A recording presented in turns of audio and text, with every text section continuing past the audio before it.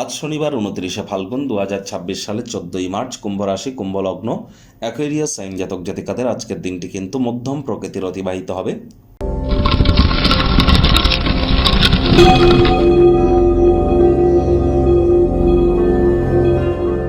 ভিডিওটির শুরুতে স্ক্রিনে আপনারা দেখতে পাচ্ছেন শনি মহারাজের প্রণাম মন্ত্র।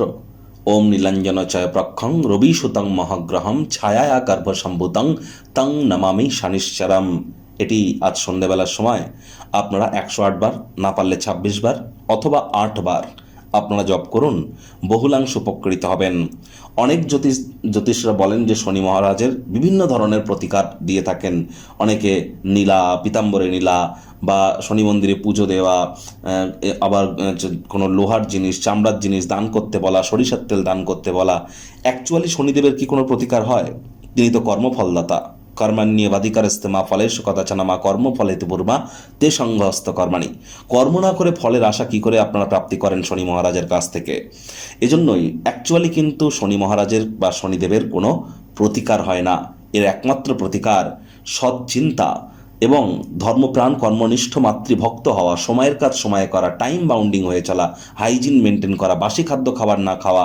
আর যারা লেবার সম্প্রদায়, শ্রমিক সম্প্রদায়ের যারা এবং যারা বয়োজ্যেষ্ঠ ব্যক্তি, তাদের সাথে সুসম্পর্ক বজায় রাখা, তাদের সেবা করা, এগুলো যদি মেনটেন করতে পারেন, চরিত্রকে যদি সঠিক রাখতে পারেন, জন্মছকে শনি যতই দুর্বল পজিশনে থাকুক না কেন, তৎসত্ত্বেও তিনি শুভ ফলাফল প্রদান করে থাকেন।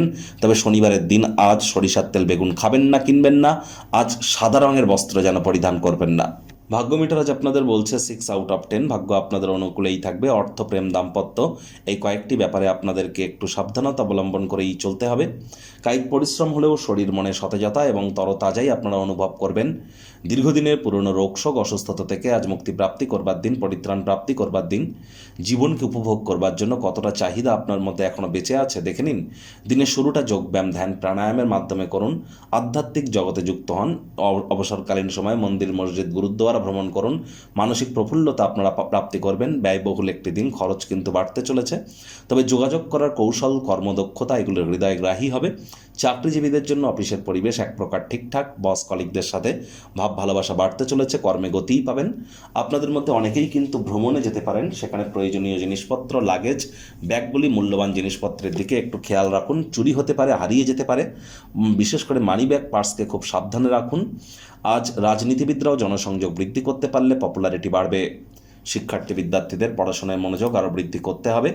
উচ্চশিক্ষার জন্য যারা বিদেশ যাত্রার কথা ভাবছিলেন, ভাগ্যদেবী আজ আপনাদের পক্ষে নেই। সন্তান সন্ততি থেকে থাকলে তাদের দিকে সজাগ দৃষ্টি আপনারা বজায় রাখুন। হাউস ওয়াইফ যারা আছেন, দিনের শুরুটা তাড়াতাড়ি করুন। প্রেমিক প্রেমিকা, স্বামী স্ত্রী, না ভাব ভালোবাসা, রোম্যান্স, না তর্ক বিতর্ক, অশান্তি, কোনোটাতেই বাড়াবাড়ি যেন করবেন না।